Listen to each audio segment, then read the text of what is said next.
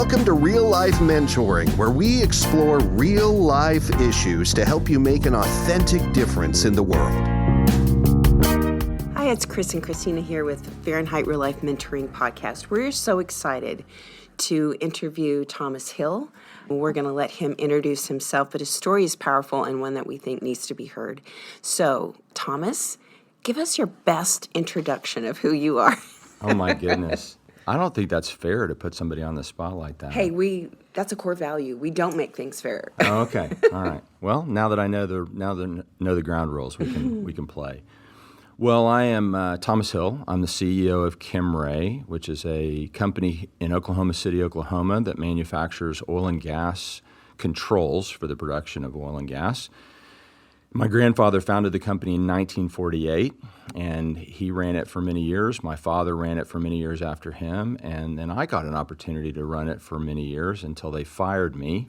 And since then, I've been given an opportunity by Kimray and by God to kind of revisit my life and to do things differently. And I'm back now for a little over a decade as CEO, hopefully leading in a completely different way than I began.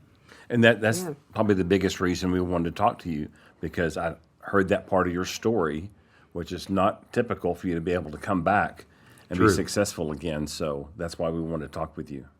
You know, what's interesting to me is that God is a God of second chances, and we should be, if we're God's people, we should be people of second chances. Mm-hmm. And so I'm very, very blessed and very humbled that I got an opportunity to try again and have had the opportunity to do things very, very differently. It's really a wonderful kind of second chapter of my life. Do you mind just opening up that story, telling us what happened, and then we'll ask you some questions in relation to that? Absolutely. So in recovery, we learn to tell our stories. We talk about what things were like and then what happened and what things are like now, right? Mm-hmm. And so what things were like is I was raised in a very performative family. That's not necessarily a bad thing. My grandfather was a genius, 44 patents to his name, founded Kimray, obviously very successful. My father is a Marine. I've never seen my father back away from anything. Both my grandfather and my father could fix anything, solve anything, figure anything out. I never saw them uncertain. They were never wrong. I'm sure they were, but my grandfather would have told you he was never wrong. That's a little joke in our family. And they never said this to me, but unfortunately what I took away from that was that in order to be a man or a leader, those were the attributes I needed to have, which would be to never be wrong, to always be right, to never be afraid, never be uncertain. And that's just simply not the human condition. I've spoken all over the place to tens of thousands of people, and I ask that question in almost every audience. Do any of you feel that way? And I've never had anybody raise their hand, so there's nobody in the world that doesn't have concerns or questions. But as a young person, I wasn't sure that I was allowed to have that, and that's a kind of an emotional disconnect that created a lot of turmoil. I had some other trauma in my childhood, and the way I chose to deal with that, I found out that performance made me feel better. And so really performance kind of became my drug of choice. Unfortunately, I was really good at that. And so I'm firstborn, type A, obsessive compulsive. I don't sleep very much. And so my therapist says I'm a human doing. I need to learn how to be a human being. But I did really well. And what'd you do well in? Everything. I did well in school. I did well in business. I did well in, and everything I did, it was never enough. So the one my family thinks is the funniest is after my wife and I had our third child, I had gained some weight, sympathy weight, I think. Mostly we were just not active, except for chasing the kids around. And so I needed to lose some weight, and we had a treadmill that I'd bought for my wife because she couldn't walk with all three kids. And so I got on the treadmill, lost a little weight, got to where I was going 3 or 4 miles on the treadmill, which kind of got boring. A friend of mine said, "Why don't you go run with us?" So they took me out for a 6-mile run, almost killed me, but I made it. And so a couple of months later, I ran 13 miles. And I thought if I can run 13 miles, I could run a marathon. So I signed up to run a marathon.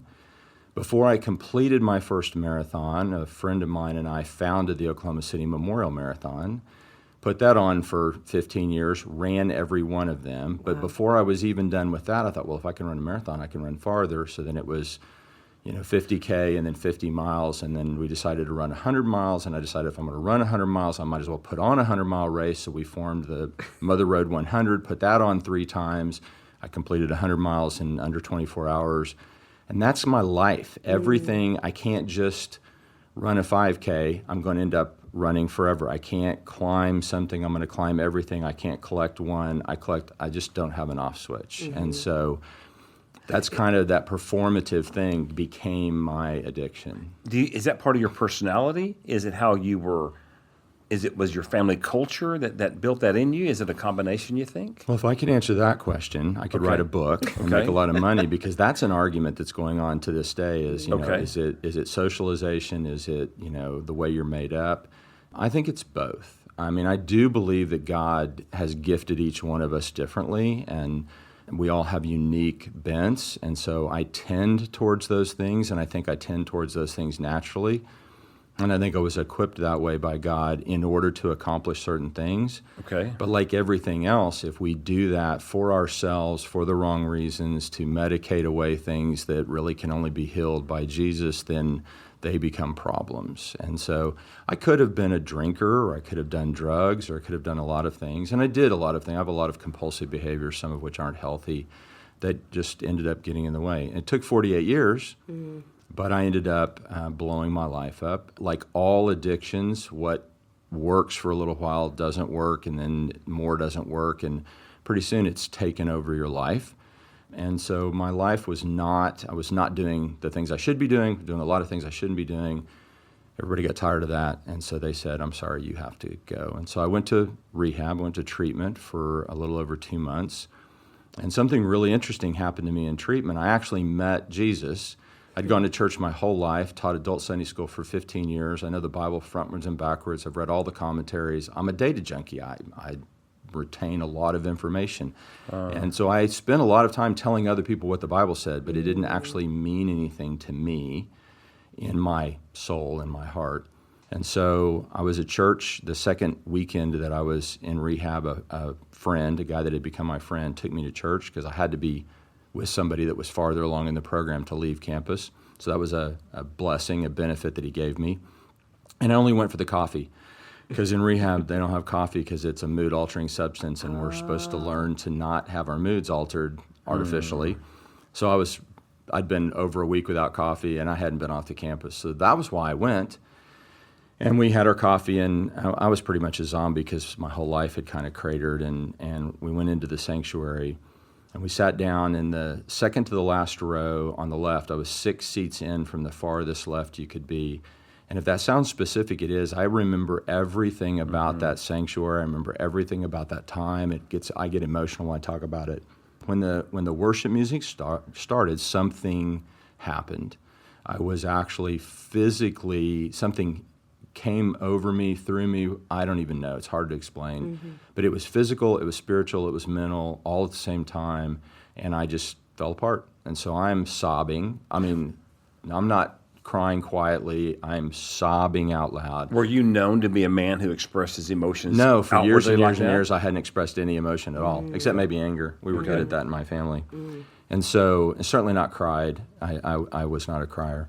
I am now. Jacob's there, and he's just like patting me on the back going, yeah, let it out, man. It's cool, And it was until the music stopped and I didn't. Then it got awkward because I kept sobbing through the whole sermon.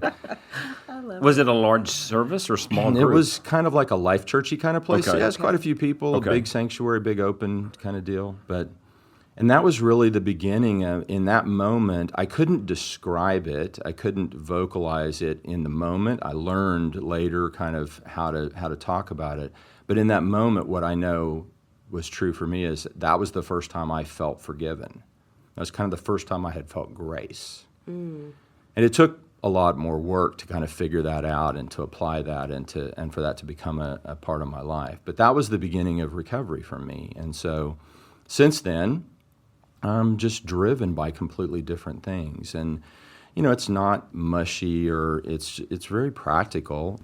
Jesus really was a pretty simple guy. I mean, he basically said, love God and love other people. And I had spent my life loving me.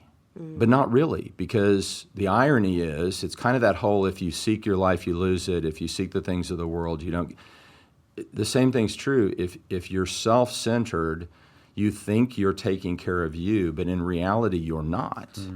We can't actually love ourselves unless we are outward focused. And we can't actually experience what we're supposed to experience as human beings unless we're outward focused. So I spent 48 years of my life taking care of me and just making it worse and worse and worse and worse until I was completely miserable. And it wasn't until I kind of turned that around that things got better. And so now things are better. What was your addiction to?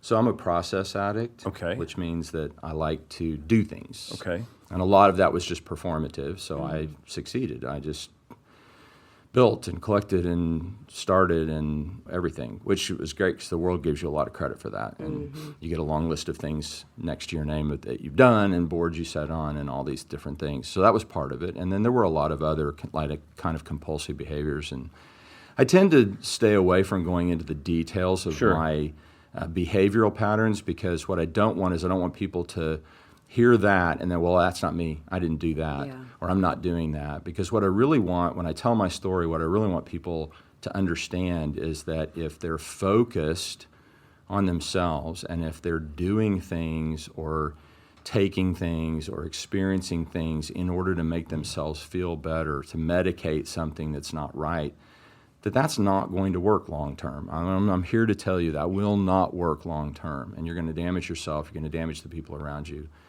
And worse, if you're a leader, you're going to damage the organization that you're leading. You're going to damage the people you're leading, and you owe them better than that. People deserve good leaders. They shouldn't have to put up with leaders that are not leading. So because you sought out success and performance, is it fair to say that your addiction was well hidden? Because it looked really good on the surface? Yes. And why I asked that, because my father battled with alcoholism my entire life until he died. His addiction was known. It was out there. And it manifested itself in such ugly ways that he hurt a lot of people, and he was not seen as successful, okay, in the world's eyes. But his was out there. So yours was well hidden because it looked really successful? Yes. Until it wasn't. Yeah. Okay. You talked about, we take a holistic approach. So you talked about how this affected you spiritual, mentally, emotional, Correct. professionally. But what was going on behind the scenes with relationships, with your family, even at leadership at work? There's a lot of gray in the world, and so it's very easy after the fact to say, well, I wasn't relational or I wasn't emotional, and that's not universally true. I had relationships with people, and for the most part, they seemed normal. I didn't have anything to compare them to. And it wasn't that I was completely without emotion. I experienced joy, I experienced sadness, I experienced anger, I experienced whatever. But it's like everything's on mute, is the best way I can describe it today. So my relationship with my children is completely different today. Now, they're also adults, but some of them were fairly young when all this happened almost 15 years ago. So that has changed a lot. My relationship with the people that I work with has changed significantly. I like to describe it as I was a good boss. I wasn't a bad person. I didn't harm people or, use people, or I wasn't terrible. I was just selfish. And so I was a good boss, but I wasn't a leader. And now I hope that I'm perceived and experienced as a leader and not a boss at all. One of the things that we learn in recovery is that we really don't have control over much. In fact, maybe nothing except yourself. I have control over me, my choices, and my responses to people, and how I show up and how I approach people. And short of that, everything else, the best I can hope for is influence, not control. And that's true if you're the CEO of a company. And the problem is that in a lot of ways, you're told that you're in control. You're asked to be in control. You're expected to have the answers, and you're held accountable and responsible for the outcomes. The problem with the world is that we're often responsible for outcomes that we're not in control over. That's kind of the deal. That's kind of what you sign up for. And so that I think would be the most significant thing, is that I just approach being in relationship with people differently in a lot of ways, but probably the most important is that I'm more interested in them than I am in myself on my good days. I'm not perfect. Progress, not perfection, we say. Well, your marriage obviously survived. It did. Your relationship with your children survived. It did. Okay. So And I had 4 friends. You had 4 friends? I had 4 friends that stuck with me. Yeah, I mean, I knew everybody, and I was involved in lots of things. And when I came back from rehab, very few people would take a telephone call from me. Wow. So it's pretty amazing. A lot of people that you think. Did they come back around? Some of them did. Did you want them to? Some of them I did. Okay. I'm pretty selective about the people that I want close to me. You can have a lot of acquaintances, but close friends are kind of a different deal. Very much so. I'm also not interested in, and I say this, I always worry how people take this, but I say I don't care what other people think about me. That's absolutely true. I care how I make other people feel. Say that. I understand it, but say it again, if you would. I don't care what other people think about me. I'm not interested in people's opinions. And that's not arrogance.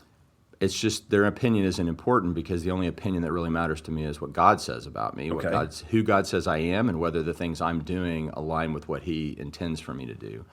But I do care how I make people feel. Before, though, I cared about what people thought, You had and I to didn't because- really care how I made them feel. because you were put in that Yeah. culture of always having to perform. Absolutely. So you really did care what people Absolutely. thought. But I bet they didn't realize that about you because you came across a certain way, right? Mr. Confident, I can do this. Yeah, absolutely. Isn't it interesting? And were you trying to wear a mask back then? Oh, absolutely. You were? I did not want anybody to know what was really going on in my life. Did you realize you were wearing a mask, or did you just kind of step into it over time and realize? Both. Okay. Both. There's a little bit of both. Okay. Yeah. I was just thinking, I recently read an article about women in business, and one of the things that women have said is they feel like they're imposters. They deal with this whole imposter syndrome. So I'm just wondering, prior to the prior Thomas Hill, did you always feel like an imposter? You weren't doing enough, you weren't capable, or did you feel capable, but you just needed to do more? Both. Both. And that's kind of the weird dynamic is it is possible for you to both feel like you don't belong and at the same time kind of maintain this aura of I'm great. And they can both be true at the same time. And I think that, different people at different times, and, certainly women struggle they just start at a different place than men do in business. And we acknowledge that here at Camry and do what we can to kind of level the playing field. But we would do that, I would hope, for anybody. But what I would say is I haven't met very many leaders who don't suffer from imposter syndrome. And it doesn't matter how confident they look on the outside. The fact of the matter is every single one of us is only one issue, one occurrence, one circumstance away from not having a solution. And we all know that. We all get in our cars every day and we drive wherever we're going not thinking about the fact that somebody could run a red light and T-bone us, but it happens, right? And so sooner or later, every leader is going to face something that they're not capable of facing, and they know it. And I can remember walking into rooms and looking around and thinking to myself, I don't have enough experience to be here, or I'm not old enough to be here. And then I think, but wait a minute, I'm older than everybody else in the room. So we never stop feeling that way. And I can still experience those feelings today. The way that I combat that is completely different. So what I used to do is I used to just power up, right? Man up, do more, basically make sure everybody in the room or whatever knows what I've done and everything that I'm capable of. Kind of takes the possibility that somebody will challenge you off the table. And now I'm just not too concerned about it. I don't have all the answers, and my entire team knows that. In fact, that's kind of the foundation of how we work together here at Camry is none of us have all the answers. None of us is capable of doing everything. But if we all work together, we can probably solve just about anything. And if all of us together can't solve it, well, it may not be solvable, or maybe that's not the thing we're supposed to be doing. So it makes it a lot easier to get up every morning. Before, I woke up most mornings just anxious, like anxiety, like not debilitating most days, but some days, because that might be the day that I failed to do the next thing or do enough, or somebody would see through, and then the whole thing would be over. Was your physical health and suffering? Because that's a lot of stress, anxiety going on through the body. That's a good question. I'm older now, so I have other problems. Our bodies were not designed to last forever, I don't think. I tell people if I'd known I was going to live this long, I would have taken better care of myself. But I don't know. I wasn't paying enough attention to myself in that respect to really know if that was the case or not. But you didn't have like heart issues, blood pressure issues Not like that that? I'm aware of, no. Okay. No. Okay, you shared a little bit. What was it like behind the scenes as you dealt with some anxiety? Today could be the day that I don't have what it takes, and people will know it. What else happened behind the scenes? What was it like a typical day for you? You come in, you basically, you're running the company, okay? And I want to also tie this in. What are some assumptions people can make about a guy like you and your position that is totally off as you really look what it was like behind the scenes? Yeah, well, two things I talk about a lot is one, people can look successful. And I think there's a lot of envy in the world. I think there's a lot of people looking at successful people, especially the ones that make the news a lot, and they think, oh man, it'd be nice to be that person. You want to think twice about that, because I haven't run into very many high-powered people who are actually very happy, mostly because they don't know how to handle anything, much less the pressure of being in that position. And so I looked very successful on the outside. I had all the stuff, right? Beautiful wife, great house, kids, cars, motorcycles, could go anywhere, do anything, control of my own environment, which, by the way, is a terrible thing for an addict to have control over their own environment. And I would say a lot of people would have looked at me and said, I wish I had Thomas's life. But they didn't know how horrible it was to be inside of me. I was not having a good time and wasn't enjoying any of those things. And so, a day for me was basically just managing to get through the day. And part of the reason that I ended up getting fired was I eventually kind of quit coming to work a lot. So I pretended like I was busy. Nobody knew where I was or where I was supposed to be, so I had a lot of ability to just not be any place. I just moved around a lot, and it's a whole nother deal. But and let's remind people, your family owns the company. Right. We're running, and I'm running the company. Okay. So yes. Or at least pretending to. Did you ever feel like a hypocrite? Oh, all the time. Do you now, or do you just realize, no, I make mistakes, I'm weak, I don't get it sometimes? Because there's a difference to me. Yeah, so hypocrisy is pretty easy to define. Hypocrisy is claiming one truth while you live a different one, and I don't do that. Okay, good. So I don't really have that problem. That doesn't make me, I'm not always right. I can be wrong, right? And I can make a mistake. Hopefully when that's pointed out to me or when I come to that realization, I work the steps all the time, and that includes the fourth step, which is fearless and searching moral inventory. I do that every day. And my inventory is not just did I do anything wrong, it's my gratefulness list. So what are the things that I'm grateful for? And they can be small or big or all over the place. And then I ask myself every day, in what ways did I not show up the way that I want to be, the person that I want to become? And then I have to decide what to do about that, right? In some cases, I can make direct amends. I can go to somebody the next morning and say, hey, in the meeting yesterday, I cut you off, I talked over you, I wasn't listening, I had what I wanted to happen, and I just railroaded everybody in the room, and that was not respectful for you. Will you forgive me? And I'll try not to do that again. Things like that. And sometimes it's not something that you can actually fix. You just have to decide to, what we in recovery call living amends, which means I'm going to do better. I'm just going to be a better version of myself today than I was yesterday, which is kind of always my hope, is that I'm a better version of myself today. Was there not a man back then before you got fired from the company that saw you spiraling out of control, saw this stuff behind the scenes and said, hey, Thomas, I want to talk to you and I want to help you? And if so, was there? And if so, would you have listened to him or did you? So there wasn't, for several reasons. One, until things got really bad and it accelerated really fast, I was really good at covering, and so I think most people had no idea what was going on. Would I have listened? I don't think so. I don't know. It didn't happen until it happened, and then I didn't have a choice because I got fired and, a lot of things there. So I don't know. My hope is that that is possible. That's why I speak. That's why I go talk to college students and high school students and sometimes leaders. I have to admit, if you get a room filled with CEOs, there aren't very many people in the room that are listening to learn because they all think they know everything. You get a room full of freshman college students, they are wide open because they are scared to death. They are looking out at the world going, I have no idea how to make this happen, which is a great position to be in because the fact of the matter is nobody else knows how to make this happen. We're all kind of in the same boat, but they're aware of it. And so you can say, hey, let me tell you some things that didn't work.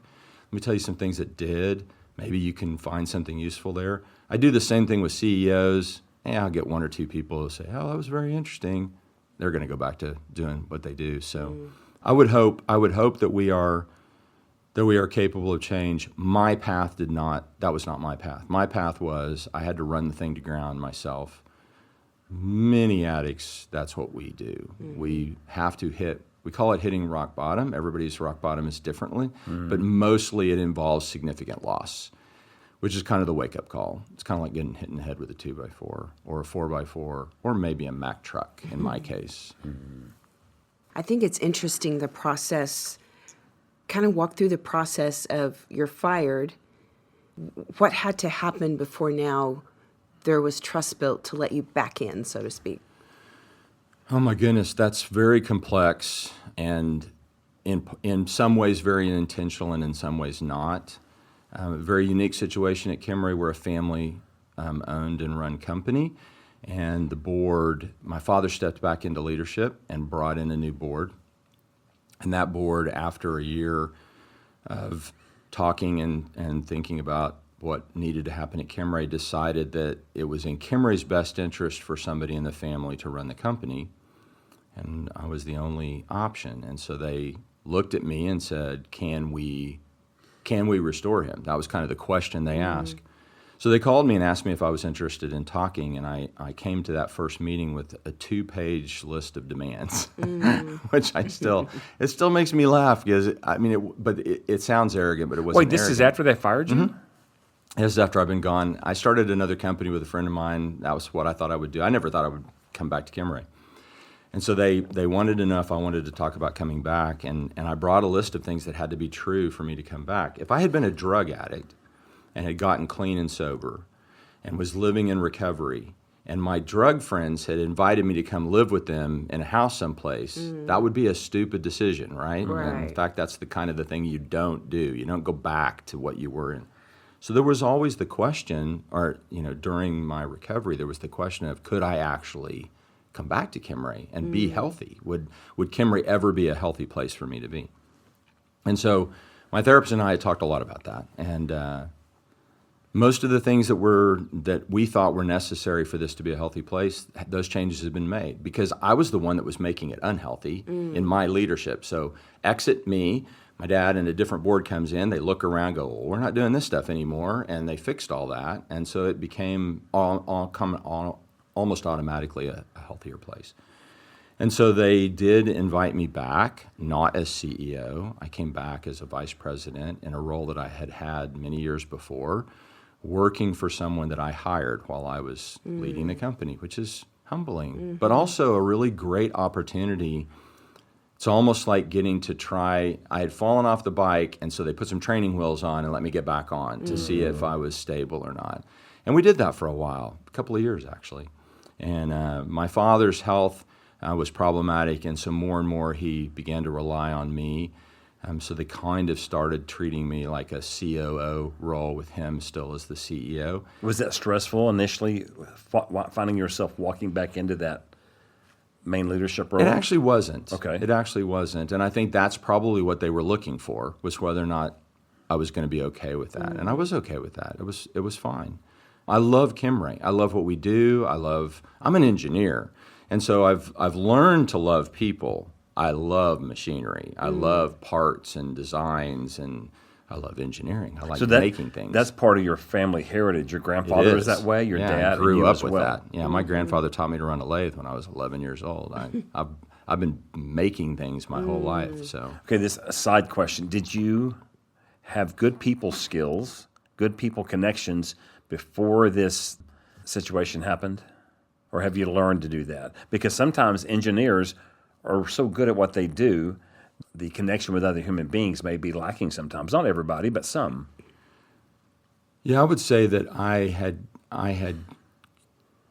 am good at interacting with people. Before I did that mostly to get what I wanted, which manipulation is such a nasty word, but I think I was fairly manipulative as a boss.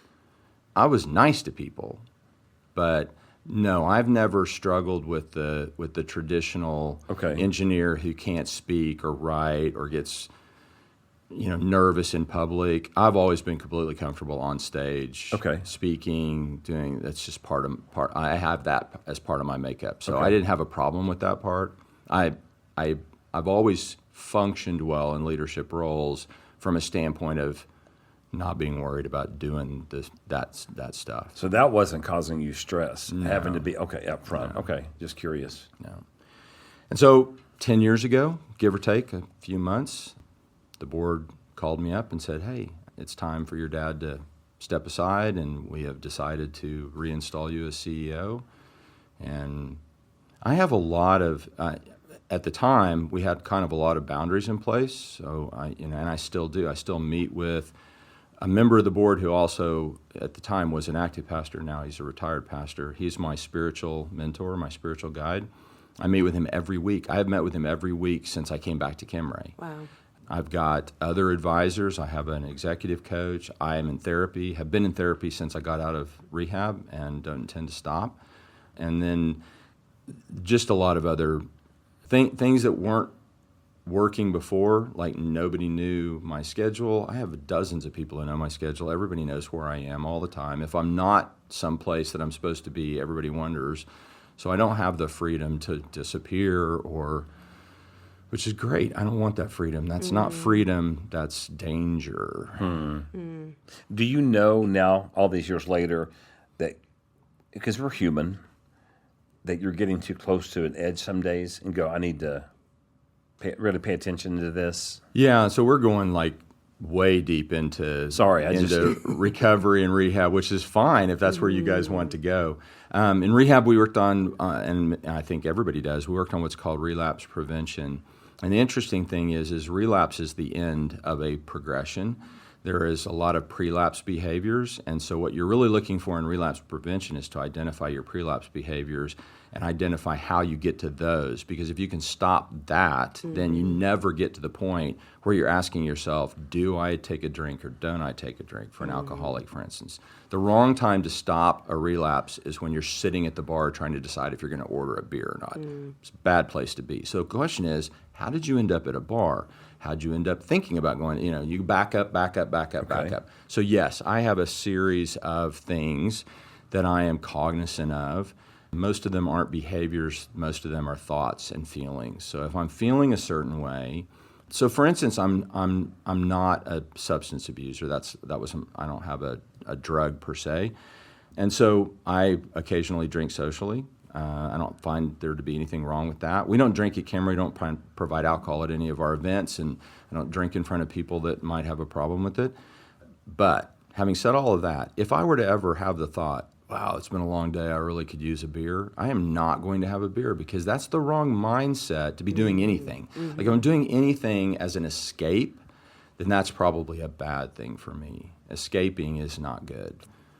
Now, rest is good, or taking a break is good, but escape, there's a difference from a planned rest from something and running from something. So you know your patterns. Absolutely. I do too. Absolutely. It's so important to know our patterns. That's one of the things I teach when I talk with guys in mentoring. We got to know what our patterns are. And you don't have to be an addict to need to know that. We all have patterns. Well, what you described, Jeremy Kubicek has a book, one of his tools, it's called Know Yourself to Lead Yourself, and that's what you're doing. You know, okay, this is good, or this is getting a little wonky, I'm going to lead myself back the other direction. Well, because we are people of faith, as we sit here talking with you. I mean, the Holy Spirit is powerful in my life. And he says, Chris, check your motive here. He knows what my motive is. The Lord does. But I need to be reminded. And sometimes my motive is pure. He said, okay, just I want you to do a check here. But you know, when you said that to that guy, your motive wasn't pure. Right. It was manipulation. Or anyway, so it's important to know our patterns. And if you know the Lord, you have the Holy Spirit to say, I need guidance in this situation. He'll give it to you. Absolutely. What else comes to mind? You said motive, and that's a topic I talk about and write about a lot because, and I have to be careful how I phrase this because I've had a few people email and say, well, there is, but I think there's very little in the world that is absolutely right or absolutely wrong. There's a few things that are immoral, just straight up immoral. But most of us don't struggle with those things on a daily basis. Very few of us are thinking about murdering anybody today. That would probably be, we're just going to leave that one on it's immoral to take someone else's life, personally, just because I want to kind of deal. But what Jesus said was, he said, you've heard it said that these things are wrong, but I tell you that when you feel a way about a person and you think things about people, that's actually what's wrong. And so very few of the actions that we take on a daily basis are moral or immoral. They're amoral. They are just actions. The clothes I pick to wear, those decisions are not moral or immoral unless I'm dressing so that someone else will be envious of me. That's immoral for me. Do you ever think that way? I don't. Okay. I dress exactly the same way every single day. But you have that thought, though. You realize I could dress to try to impress somebody as a grown man. That Sure. has gone through your mind. Sure. Okay. Oh, absolutely. I mean, that's think how our society is that way. That goes through everybody's mind because we're inundated with it all the time. And so at the end of the day, the decisions that we make become moral or immoral based on the intent that we had when we made the decision. And most people will never know our true intent. We're not capable of knowing that about another person. Only God is capable of knowing that about ourselves. So God's judging my heart. You're looking at my outsides going, well, he looks like a good guy. He doesn't seem to do a lot of bad things. But you don't know. And a lot of what I did before would have qualified as good in this, when the world looks at it, like starting a marathon that raises millions of dollars for the memorial, and the memorial does all these great, that's great, right? Wrong. I did that as part of my performance addiction, I was driven by a need to make myself valuable, to create value and worth for myself, and that's not where I should get my worth. So since I was looking for worth in that performative action, for me, that was a wrong thing to do. I was not in alignment with the person I should be. The rest of the world looks at it and goes, well, that's a great thing you did. And I have lots of things in my life that were good. I'm doing air quotes, just realizing as I'm doing them that the people listening to the podcast cannot see me do air quotes. So air quotes, folks. Yeah. Good air quotes things. Did lots of good things that were absolutely wrong for me because my motivation was absolutely wrong. At this point, are you able to receive a compliment, adoration, notoriety, whatever you want to call it, and appreciate it but not need it? Mm-hmm. Okay. On a good day. That's honest. Sometimes I need it. How do you know if you need it after all you've been through? It feels different. Okay.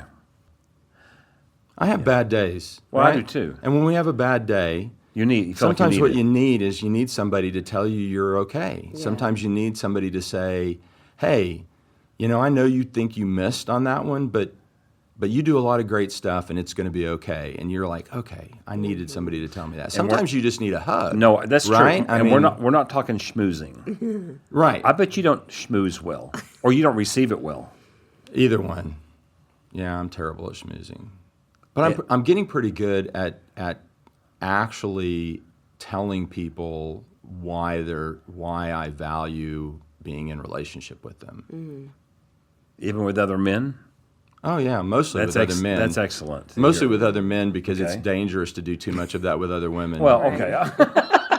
My wife and and the board would both be But I have women executives at Camry. We have a lot of people. I mean, I work with human beings, and in the work environment and in the environment of, and I'm not to over spiritualize this, but Jesus said that in the church there wasn't going to be male and female or Jew and Gentile or slave and free.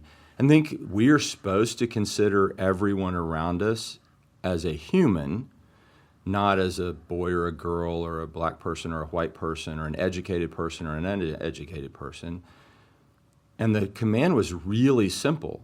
Love everyone as yourself, which means that everyone deserves, because the Creator said they deserve, the same respect regardless of their circumstances, regardless of their choices.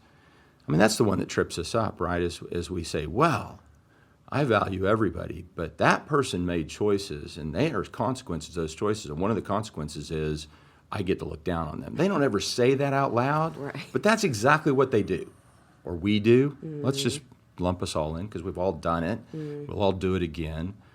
And what that's where we go, okay, God, I give that to you because every day that was hypocritical of me. Every I day. was manipulating, or my motive was wrong. It's a constant conversation. Get it off of me. I don't want that on me. Every day. That's the first step. I am powerless over my fallen humanity, over my addiction, over circumstances, over this person that you've put in my life, over this situation. So now I'm crazy because I'm trying to control the people and the circumstances and everything, and there's only one person that can restore sanity, and that's God. And the third step is I turn my life and my will over to God as I understand Him. And the as I understand Him, by the way, is not an effort to make God less. It's an acknowledgement that my understanding of God will change. I can only surrender at the level that I understand surrender today, but in that practice, my understanding will change. And so the third step morphs with me, grows with me, changes with me. And as I understand more and more who God is and what God asks of me, then my surrendering my will and my life to Him changes and becomes more. You didn't ask for that. That was free. Well, I haven't asked for a lot, but you've given good stuff. I just think it's so ironic, again, without over spiritualizing, but when you did things according to the world's way, like perform, success, it didn't end well. And it's exhausting. Right. And then you do things according to God's plan, and Imperfectly, according to God. Yeah. I'm trying. yeah. I love what you said about understanding more and more of God, because 10 years ago, as you learned to walk this out, how do you understand God differently? I know that's a big, but what's a practical? I think that my understanding of God continues to change in that more and more I realize how little I actually know. And that's a cliche thing. People say the older I get, the less I know, whatever. I think sometimes we say that and we don't really mean it. But I think about, I'm an engineer, which is a form of science, right? So we're always seeking truth. We're always digging. I want to uncover. I want to, like, if you give me something complicated, I really want to take it apart and see what's inside of it, right? And then I want to take those parts apart. And I just, and hopefully I can put it back together. Sometimes I can't. And so I tend to take things apart mentally too. And what I have found over these last 10 years is that the more I look, the deeper everything gets. And so my realization of God is that right now, the best way I could say it is, I think when we get to the next thing, people tend to call it heaven. That's such a loaded word covered in images that we've created over the years that probably have nothing to do with reality. I think when we get wherever we're going, we're going to look around and go, well, I got that wrong completely. Like, I think we're going to be 100% wrong. I'm going to be 100% wrong. I'm pretty sure of it. I'm going to be shocked. In a good way. In a good way. It'll be wonderful, but it will not be anything at all what I think it is. And I think I will look back over my life and go, wow, even those times when I really thought I was doing, like I was lined up, how far we are from what God is. And so I like the way Bono puts it, because I'm getting to the point where I have a hard time identifying as a Christian just because of what people who call themselves Christians are doing in the world and have done in the world. I don't have any problem with Christianity, and I believe in the church, and I even believe in a corporate church. I just think the current state of the church is a mess. And I like what Bono said. Bono says that he's a Christ follower who's having a difficult time keeping up. That's me. I love that. I know you've got a full-time job, but Most days. to see and hear a guy like you speaking to men's groups and churches, to me would be incredible. If it was in a setting where a discussion could actually happen. Just a thought. I'm available. Okay. I do a considerable amount of speaking, probably less than I could and maybe more than I should some days. I'm very much in favor of talking to, I already said, young people. Don't mind talking to churches. I don't even mind talking to groups of leaders, but I want to know that we're going to have an honest conversation. I'm going to be honest. Yeah. I don't have the capability anymore to be anything else, but sometimes I feel like situations that they want you to be in are not honest. So that's kind of my requirement. For me too, I tell guys, look, if you want to talk about the weather, I'm not your guy. Right. I want to talk about real stuff. So what else? Thomas, how would somebody reach out to you? How would they contact you?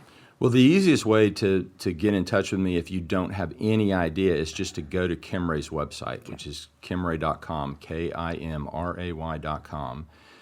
I'm on there. I'm the CEO. I'm also on the board. You can contact us, and if you do, then you're probably going to end up with Robert Greenlaw, who's my trusted aide and second and everything, and he's got control of my calendar, so Great. That's how people get me. That's how you got me. Yeah. We'll put that in the context. So anything else you want to say? No, it's been great. Thank you again Yeah. for doing this with us. Absolutely. Thank you. Thank you. It's been fun. Well, the Real Life Mentoring Podcast is brought to you by Shelter Insurance, the Aaron Reese Agency. His agency offers auto, home, life, and business insurance, and they strive to build real-life relationships with all their customers, and we are, so we can attest to that. So give him a call at 405-773-5500.